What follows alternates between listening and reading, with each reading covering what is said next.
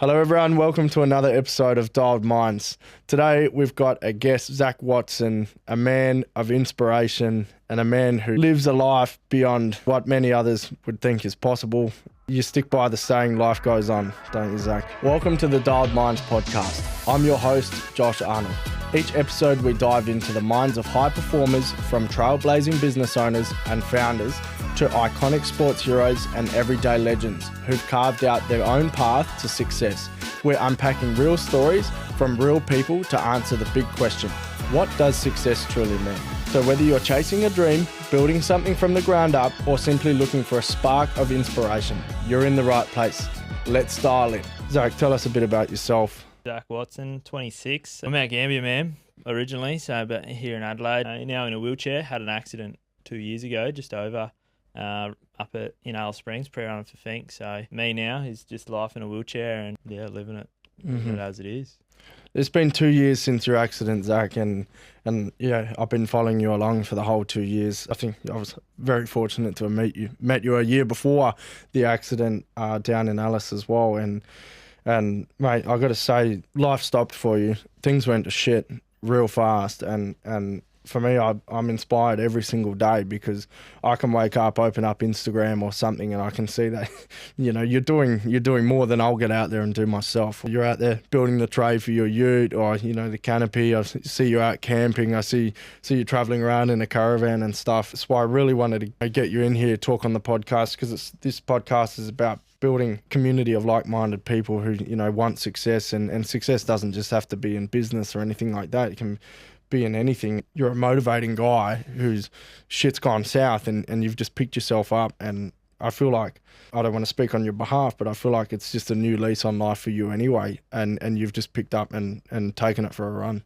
Yeah, I think the biggest thing I took from when it all happened was the way I was before my accident. There wasn't anything wrong, but I was working 9 months of the year. I'd come home, had a partner, and I'd go be straight out in the shed and I'd be working on the bike, getting ready for racing and whatnot.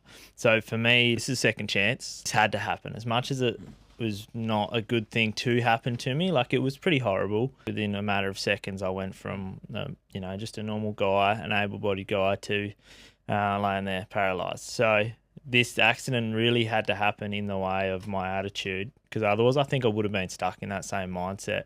I'm not saying it was a rut, but it was just so familiar. I was too scared with anything step outside of that box. This accident has forced me and encouraged me to be confident, be courageous, and just continue on, but like in a different manner.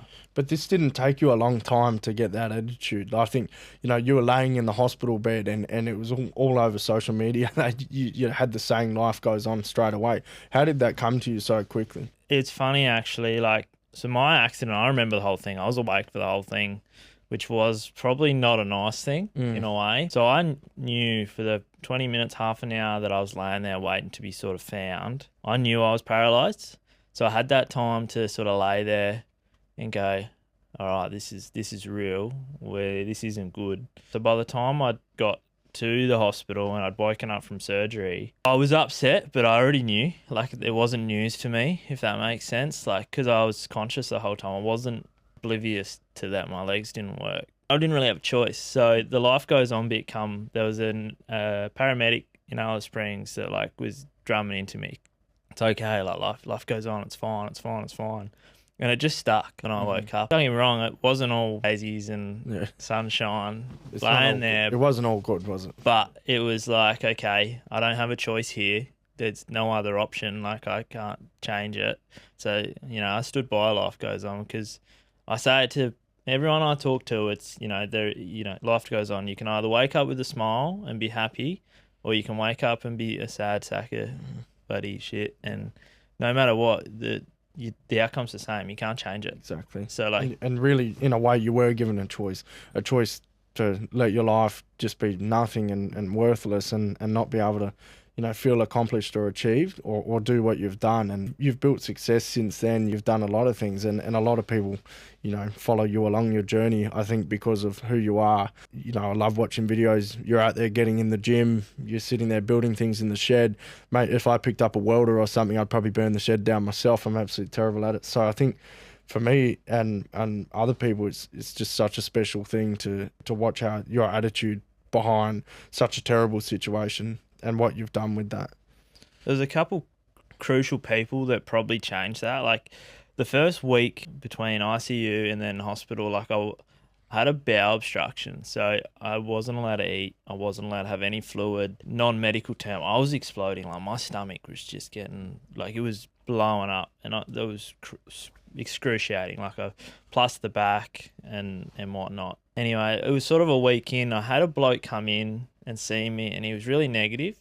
He was in a wheelchair, and it just hit me. I was like, I can't do this. Like, this is not it. And then I think the next day, I got a phone call from a bloke. So one of my sponsors, Will, they used to own Will Ride, was really good mates with Grant Allen. Mm-hmm. So I got a phone call from Grant Allen, and he's been in a wheelchair 14 years, and his was a mountain bike accident. Anyway, this bloke rang me, and I wasn't overly interested just because of the past couple days. Mm-hmm. And it was a really positive phone call, and, it gave me a little bit of, okay, that's, he's pretty happy. And then the next day he wheeled in to the hospital room, and just with this big smile. Him wheeling in with a smile, and he's like, one of his words he said to me was, mate, you're going to have the sickest life. You're going to live a better life than 99% of the population do. He spent like 3 hours there, and like it was me, my partner Brooke at the time, mum and dad.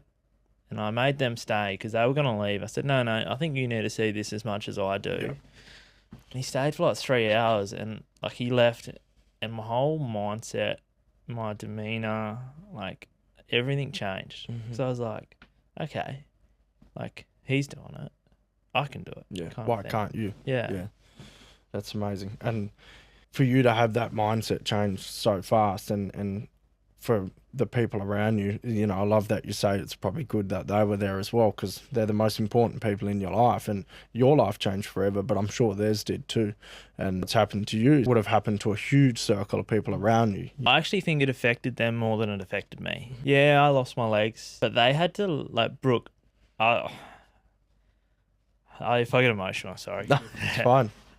Yeah, it breaks my heart for her, because like she actually was there when I had my accident. Mm-hmm.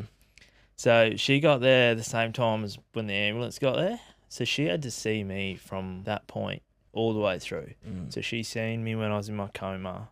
Like she had to help me because I kept waking up. Like, so for her, it was horrible. Like I don't wish that upon anyone. Like, yeah. And mum and dad, like them having to sit by my bedside and watch their son, lucky to be alive. Like, yeah. So I think it affected them, and I still stand by it more than me in a mental and emotional way. Like, I didn't have a choice, and I could help myself, whereas I think for them, they sort of feel helpless. They want to help, but they can't. And there's just not enough they can do, really, or much they can do. No, well, they can't. Like, they can't change it. For you, you're building up, rehabilitating yourself mentally, physically as much as you can.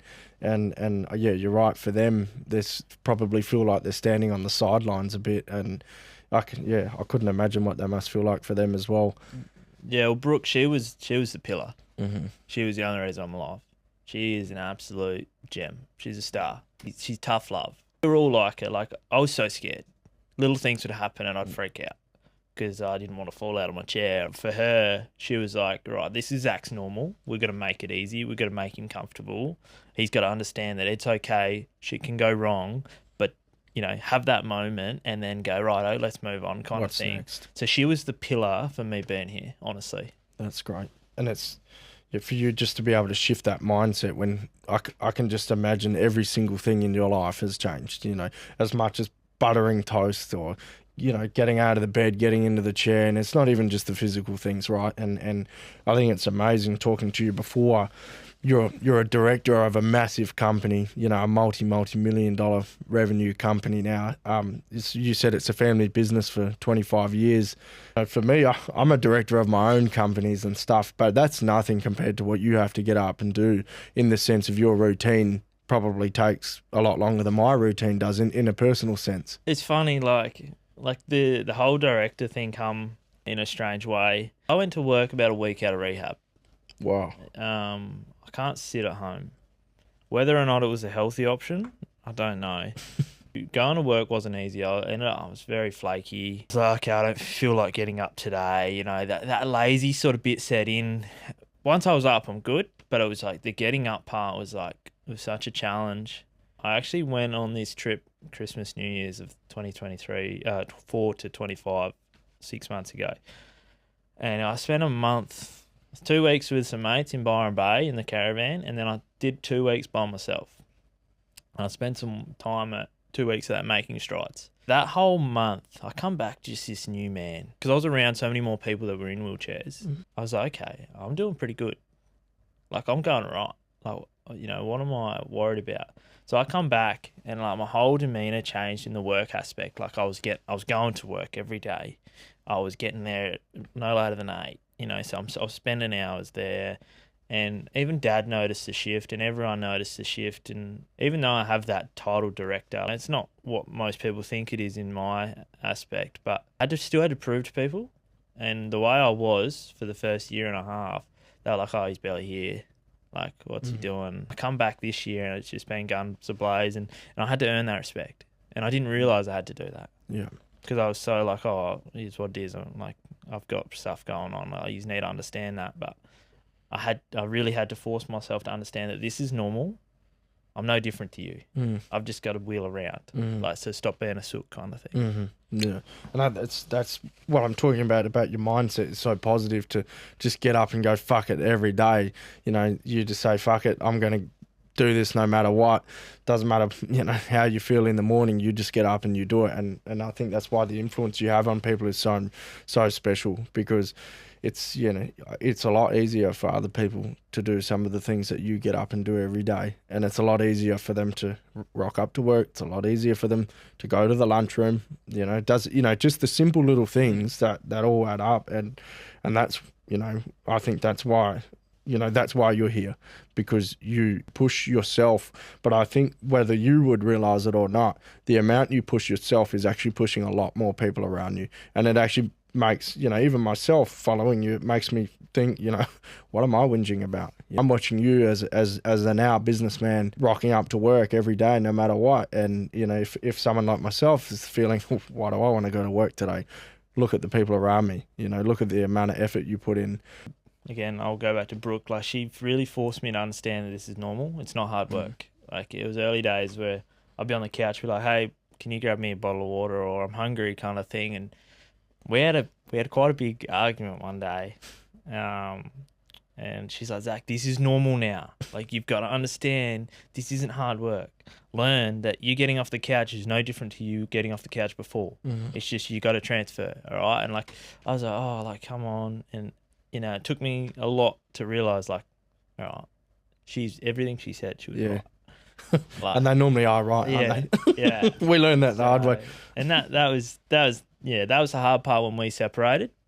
It was like, you know, it wasn't nice. And that was, honestly, that was worse than my accident. Yeah. I could lose my legs again than go through something like that. Because, like, she was there at my bedside every single day, every night. You know, she quit her job because she wanted to be there for me. Like, she knew that it was going to be tough. That was mentally horrible. That broke me. Run me through the day in the life of Zac. What is that like? You know, your life's changed. What does a day or a week look like for Zac these days? I don't think it's changed. I don't think my life's actually changed. Like, I'm still a lazy bastard in the morning. I hate getting out of bed. Don't we all? So I don't really have a routine, which is kind of funny because, like, most wheelchair people have to. Yeah. Like, they have to. You know, if they don't go do this at this time or go to the toilet this time, it's issues. Whereas me, I don't know what's wrong with my body. There's something wrong with it because it just seems to be okay. Like, so I usually get up. My alarm goes off about 5:36. I'll press snooze about 10 times. I got my little dog, Alvin. He's my pillar. Like, he's the G. Like, so we have a bit of a snuggle.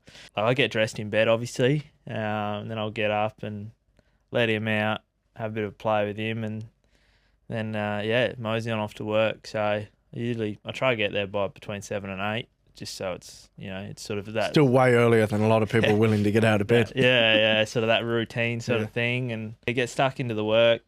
I'm not a very good office person. I hate sitting still, and unfortunately, I have to sit 24/7. So I'm often in and out of the office all day, out the workshop with the boys. I can just imagine you just racing in and out all the time. So I deal with all the procurement, buy and sell things pretty much. So you're a numbers man now. I'm not good at it, but I'm good at I'm not good at numbers either, I'm right? good But at I still people off. But ripping them off by accident. Just I talk the talk, and they believe me. So sort of that work. On Monday and Wednesdays, I go to the gym with Braithwaite Performance at lunchtime every Monday and Wednesday. So that's been good. Finish around 3. Sometimes you stay a bit longer than that, but now that we're in the new workshop, I'm usually there till 8 o'clock every night. Wow. Playing on my own stuff, like I've been building that train canopy. Yeah. Which for people who haven't had the opportunity to watch that along, like I have, it's been really fun to watch you go and build a tray for a ute and the canopy that you're making. It looks like a super expensive build. I messaged you recently, said I'll be lining up next whenever you're ready to build the next one. So you just do such a good job at it. Always loved doing that stuff. I'm a fitter by trade and did the Boilermaker trade. I started that, and it wasn't till I dealt with that heartache, and then I had to shift my focus. Instead of being sad and sorry, I was like, okay, what am I going to do?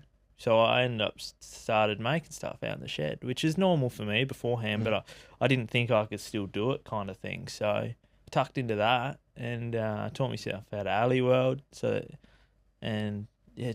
It was really odd. Something negative turned it into a positive, and now nearly finished it. I'm pushing it to get it ready for next Friday. Yeah. And tell us where you're off to, Zac. So I'm actually going back up to where I had my accident. Yeah. So right in the centre of Australia. Yeah. Back to the desert. Alice Springs. 90% of the people I've told I'm going up there think I'm stupid, but for me, I miss the place. Like it's such a special place. Holds a very special place in my heart. There's some people up there I class as family now, and I think in this situation where your life changed, I think you've got to go back to where it all happened. So I'll go back to the crash site, which isn't much, honestly. Like, it wasn't anything flash. Go and see everyone. I'm actually going to go try and catch up with the paramedics that saved my life, because I think it'd be a nice thing for them to see. For sure. Like someone. And they can see the progress. Yeah, because they don't see it once you drop it at the hospital kind of thing. Tell us a bit about the fit out. Is it pretty standard to what everyone else is doing, or have you customized it? No different. No, and that's what I laugh at. Everyone's like, oh, you've made it. You're going to make it so wheelchair friendly, rah. I'm like, nah. Yeah. No, I want my ute looking sick. So the canopy itself is, I actually cut the floor out just to lower it 50 mil, and that was nothing to flash. Made sure all my boxes and drawers are at a good height, which is pretty standard. But the canopy itself, like the normal fridge in there, got 2 fridges. There's one switch I can't reach, so I just got a little something to knock it on and off. But life doesn't change. You just got to make it work a little. Just adapt to what's around. So I've got my ute's got a 3-inch lift in it. It's got 33s under it. Like, it's not anything different. Like, I was actually lifting myself in and out of it until February, when I finally got a seat that pivots 90 degrees and drops down to my wheelchair height now. But yeah, it's not really any different. The caravan is probably what I've had to modify. So behind the closed doors, I've been working on a newer one. Like, I built that one back before Christmas. That was a bit of fun. Like, that was a bit dodgy, but I travelled in it. But I actually picked up a proper wheelchair cassette lifter that we've put in this newer one.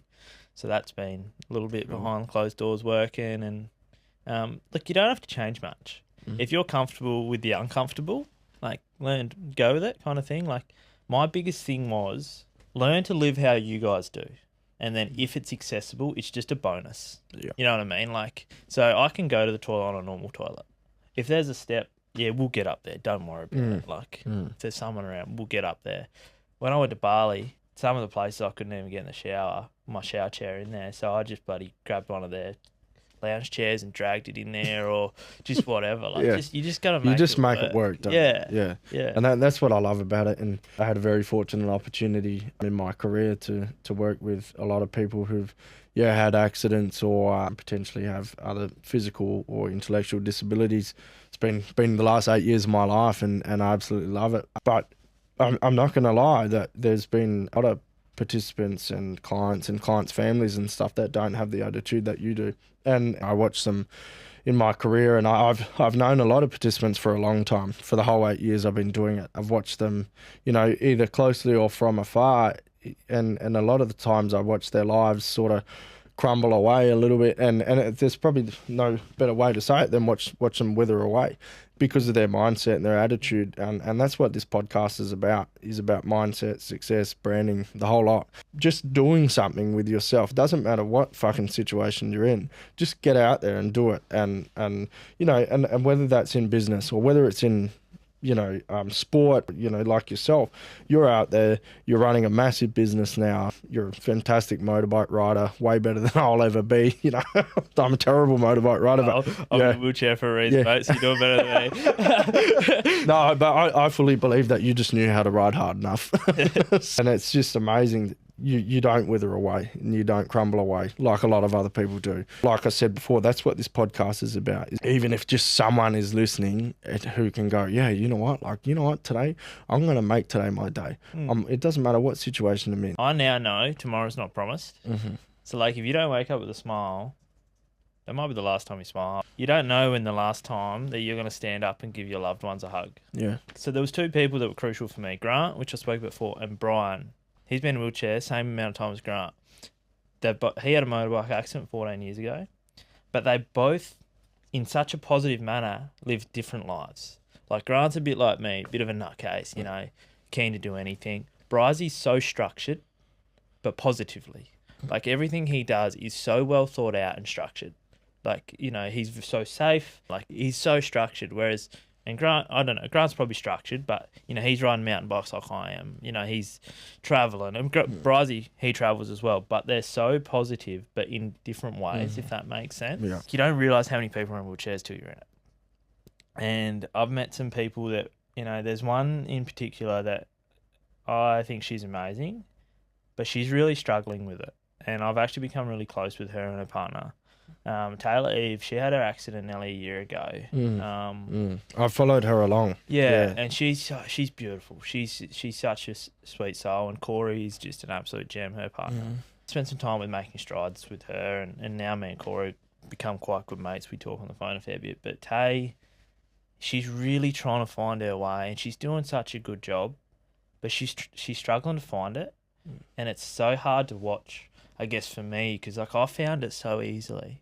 No. And I'm trying to be that supportive person, but I don't want to push it either, because I know she can do great things now, but she's really heartbroken that she's lost that identity of, being able to ride a motorbike. Yeah. And she had a huge following and a huge influence on people, and she's fantastic. She's a female in a male dominated space who built up a brand. Is it I don't want to quote it wrong, but is it Girls Can Ride? Girls Can Ride and Throttle Girls. Yeah, and just watching that, I think I came across her a couple of years ago and stuff, and again, it's a terrible situation what's happened to her, and I can imagine it's tough because she's had all these people looking up to her for being, this girl you can look up to get out there and ride and get out and make something of yourself. But I can imagine that more people now are interested. Not interested. More people are influenced by her, by the situation she's had, and she's getting out there with the rehab, right? Yeah. Like the videos and stuff she's posting, she's kicking goals and stuff. But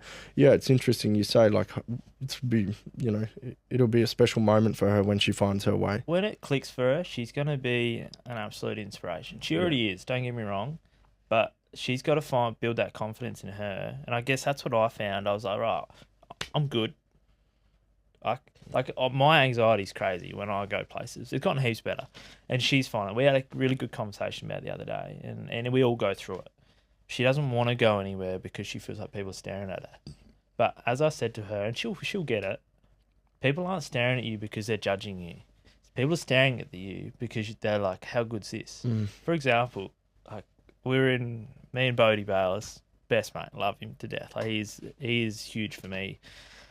We were in Byron Bay together over New Year's, and I'm not a big fan. I've never been a big drinker and whatnot, but when I do, we have a bit of fun. Anyway, we were at the pub, and I don't know what it is about a wheelchair, but you don't have to pay for a drink. Everyone wants to be your best friend. Everyone. And it's because they're so stoked to see you out having fun with them. Like, I've got videos, and I'm not proud of it, but there's videos of me straight arming Red Bull vodkas on a bloody dance floor with 100 people around me. Like, and that's just because people are actually so stoked that you're still living your life, like kind of thing. I think it's great that you say that. It's not, people aren't judging you because you're in the wheelchair. And even myself, I've been in this particular industry for 8 years, but if I see someone I don't know who's in a wheelchair, the first thing that comes to my mind is like, fuck, they're getting out there, they're getting out of the house, they're doing something with themselves. It's really good to see. I love nothing more than a manual wheelchair. There's electric wheelchairs, etc. Not to say that everyone can use a manual wheelchair for sure. I absolutely love when I see people using a manual wheelchair, especially when I know that they can and get out there. I have a friend, Emma Moss, who works in the disability industry as well. And I think I must have been probably 17, 18 when I met her, and I started working with her. And I think I said to her one day, we were out walking to a cafe or something, and I said, Emma, I'll help you. I'll push your wheelchair. And it was a huge turning point in myself, because one, I was thinking, where the hell's the handles on the wheelchair? Why was there no handles there? Yeah. And two, she turned the wheelchair around 180 degrees, looked at me dead in the eye like she was about to eat me alive. Yeah. And she said to me, don't push my wheelchair. And I was like, oh, sorry, I'm just trying to help. And she says, helping me is letting me be independent and letting me maximize myself. If I need help, I'll ask. Yeah. And that was massive for me. That was a huge moment in my career and my life where I was like, let's stop trying to help people so much and actually promote the independence. Yeah. And like I've hung out with her before, and she has asked for my help, and I'll always help her, but I will never again step my way in front of her, because you don't need us to mother or father you to do what you need to do. And it's just amazing. So it's funny you say that. Like, I'm the same. I don't have handles on mine, and one, because like my mates are idiots, and they'll just push me wherever they want. And it's fine. There's nothing worse than not being in control of something like that. You know what I mean? Yeah.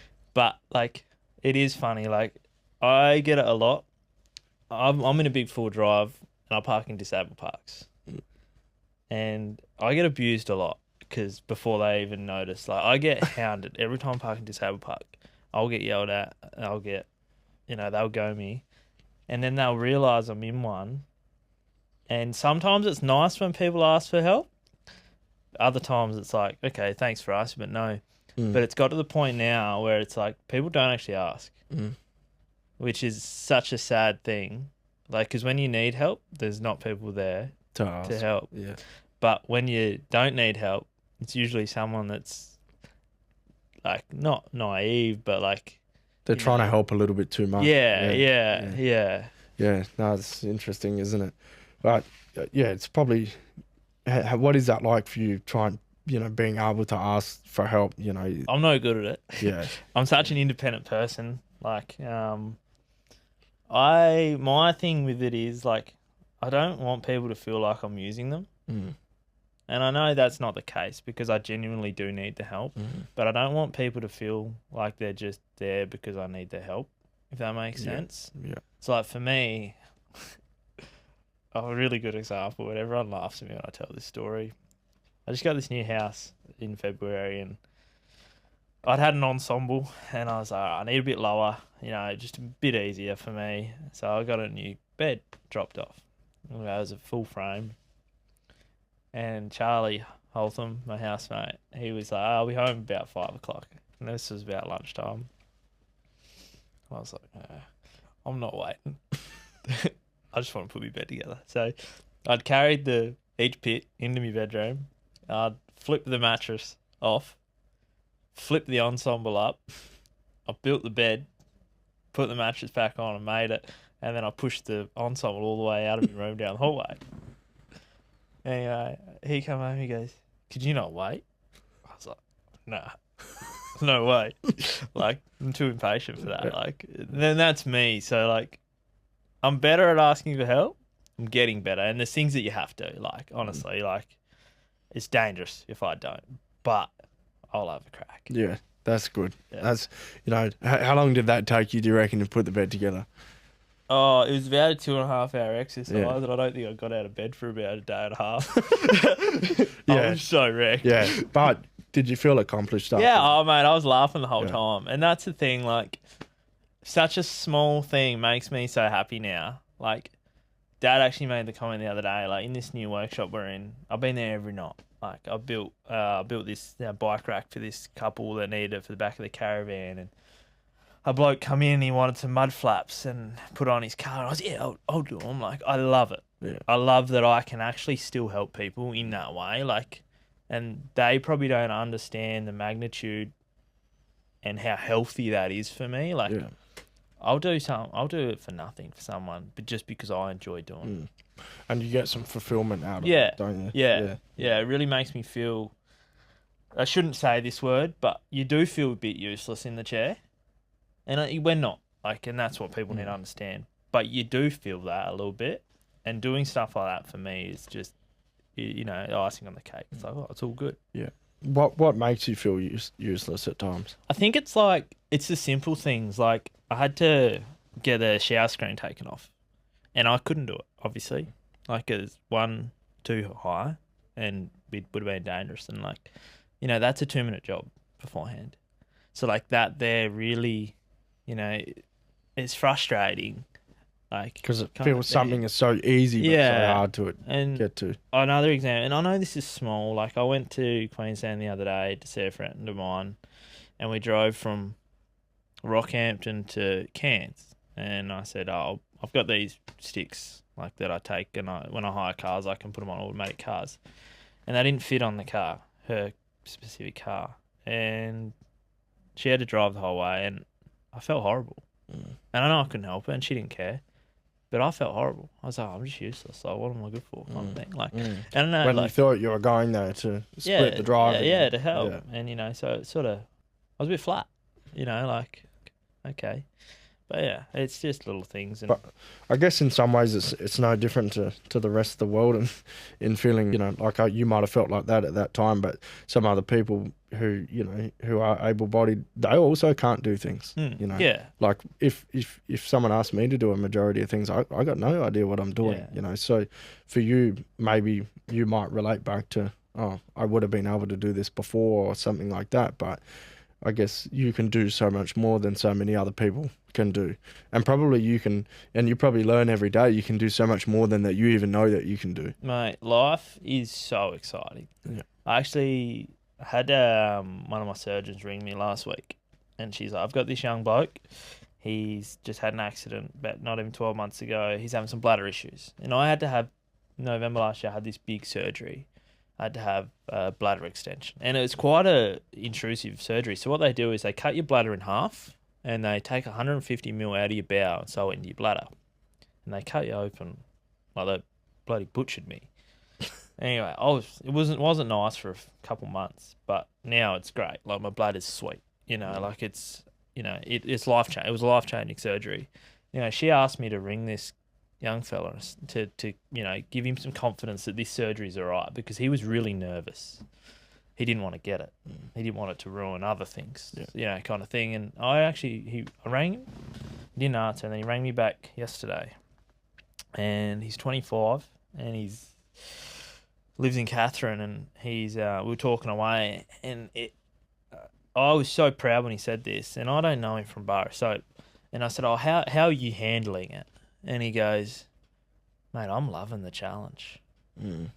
And to hear that out of someone that's been in a chair for a year, and you don't often hear that, was like, good on you. Yeah, like, good on he's him. taken this, he's gripped it, and he's going, let's go. And I think that's the same with me. Like, I genuinely don't care if I don't walk again. Like, I'm content being in there. I get free drinks. Like, so I got a seat everywhere I go. Like, but like, It's just a super uncomfortable seat. Oh, they're not comfy for 30 grand, but Yeah. I'm content. I'm happy with being in it. All I would love is just to be able to weight bear, you know, to be able to get in and out of things a bit easier. But look, I'm okay with being in that. If I focus on that I'm going to walk, I'm just going to get disappointed, which is, you don't want that. Like, if you're happy in the chair, be happy with it. And then if something changes, wicked kind of thing. And be happy with the cards you've been dealt. Yeah. Because the cards you've been dealt, you're still here, right? Well, I put myself in that situation. If I was hit by a drunk driver or I was doing something stupid that I shouldn't have been doing, I would probably not be in the same mindset I am.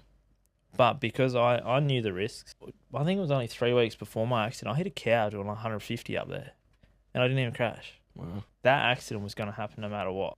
Before the accident happened, you come out at the 20k mark on the gate, because there's a gate because of cattle, so you got to go around the gate. Anyway, Brooke was like to me, why don't you just put the bike on the back? Like, you've had a wicked day, like you're moving. I was like, no, I'm just going to cruise this last section. I know this off the back of my hand. I'm just going to cruise. So if I had gotten that car, all 4 of us would have been hurt. That's how I look at it. Those cards were dealt. It was going to happen no matter what. You live with it and you carry on, and I think you're going to Alice Springs in a couple of weeks. I'm going to be super keen to see you there. Yeah, a few beers. Oh, definitely. I'll be the one buying the free drinks, obviously. So what does the future look like for Zac at the moment? Your mindset is just probably just in an amazing place. I'm so happy at the moment, which I don't know why. I don't know. Like, it's just everything's fallen into place. Got some really amazing people around me. Met like the people I've met. Like, is legendary. Like, it's crazy. But for me, the future, I'm not planning anything. If I plan stuff, then I get disappointed. So there's a few things in the works. I'm actually supposed to start a non-invasive trial in the Gold Coast end of July with biotech. So that's 6 months. So I'm just trying to work out the logistics with that. And what will you be doing with that? That's 2 days a week. You're on, it's called an FES bike. I've got one at home, but it's all electrodes that make your muscles work to push a bike. But this is like really high-tech stuff. So they put a stimulation on your brain, on your spine, VR goggles, plus that leg stuff. My spinal cord's not severed. I've got bone fragments in mine. So they're really trying to retrain the brain to the legs. And look, it's free. And I think it's a no-brainer to do it. What have I got to lose? And then I'm really hoping to get into Perry Cross Foundation. It's a trial, and it's a surgical one. It's the first Aussie trial, and they're hoping to have the first candidate in August, I think.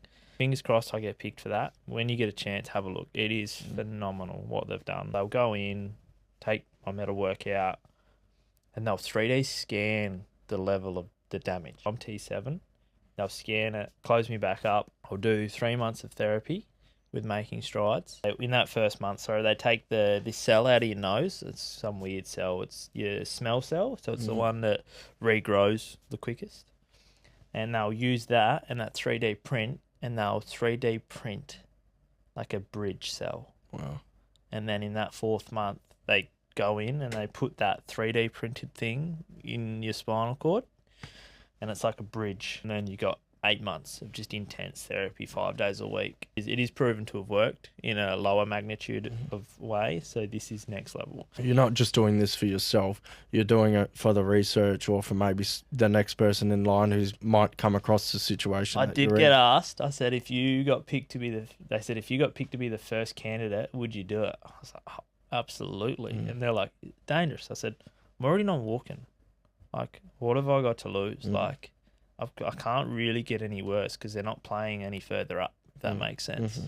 Like, they're not playing up here with your spinal cord or nothing. Like, so absolutely, like, I'm happy. I've always said it, you know, if there's anything that I can do to help in any way, anywhere, like, just ask, because like, you know, I know people that aren't in a position or aren't confident to help, whereas I'm both. You know, if that makes sense.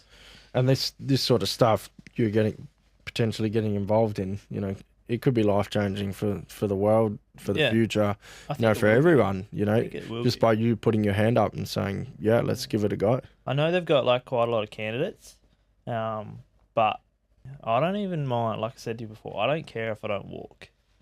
I would love to just be able to weight bear. I'll wheel around in that for the rest of my life. No stress. Like, whatever. But if I could just be able to, weight bear, traveling would be 10 times easier. So you wouldn't have to worry about, oh, can I get into that bathroom? Do you have an elevator?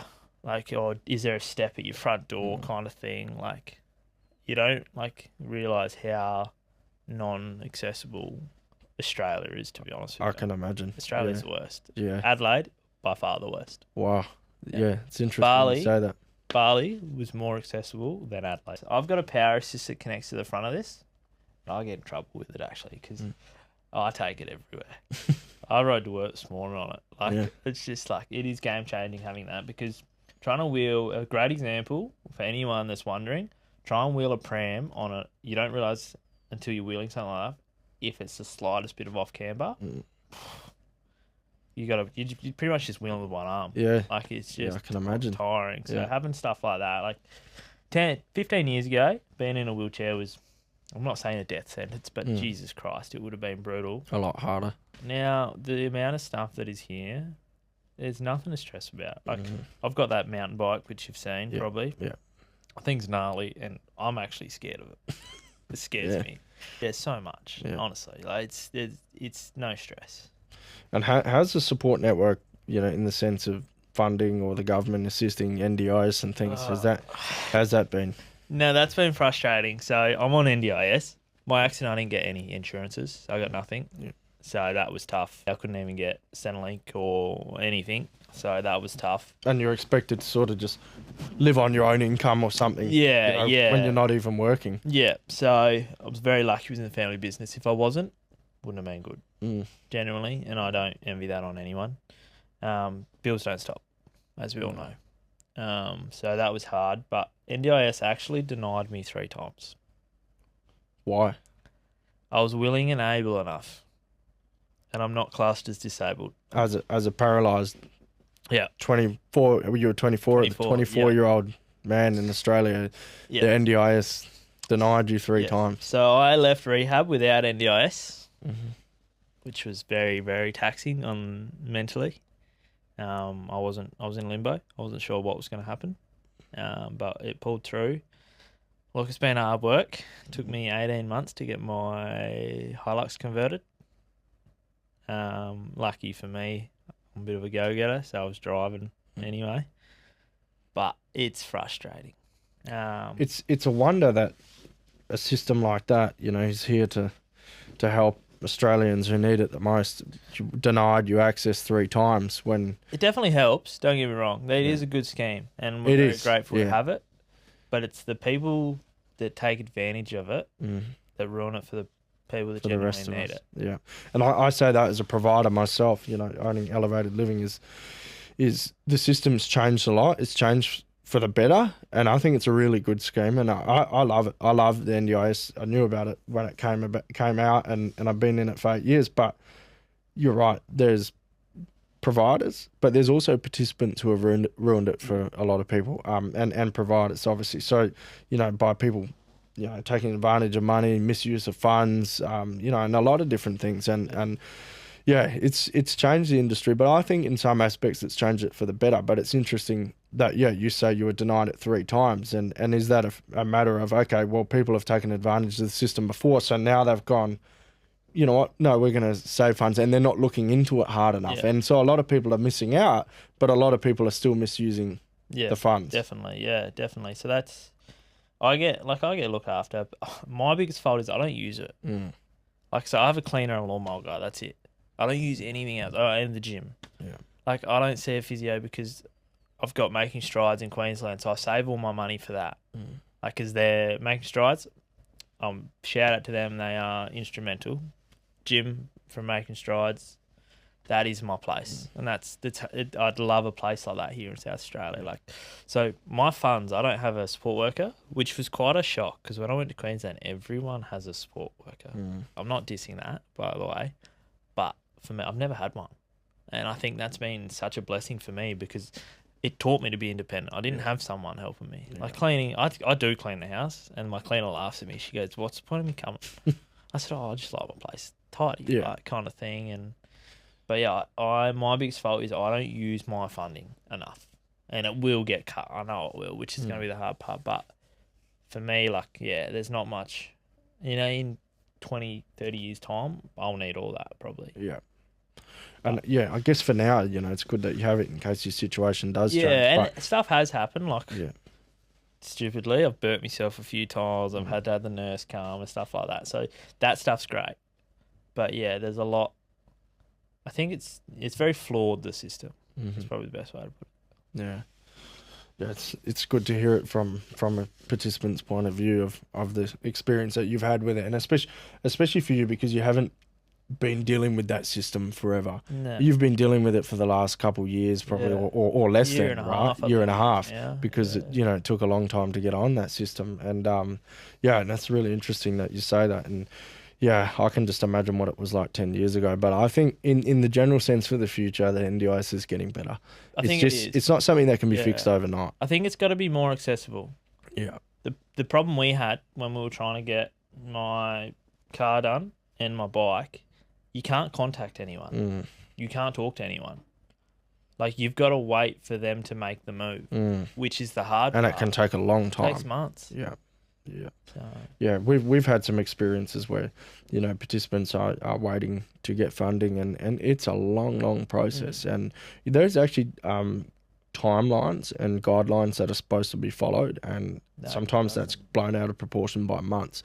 And me as a provider, I've actually fronted the bill myself for participants to get support, because it's actually taken so long between them getting their funding or something changing in their life where they might need something different, where me as the provider, maybe some might, but I can't sit there and say, you know what, I'm not going to provide support to you anymore until you get your funding sorted or something like that. I have thousands and thousands and thousands of dollars paid out of my own pocket to make sure people can still get support, purely because the system isn't ready to keep up with the speed. For me, I would love to see that change. Yeah, I'm happy, and I'll always help participants the way I have out of my own pocket.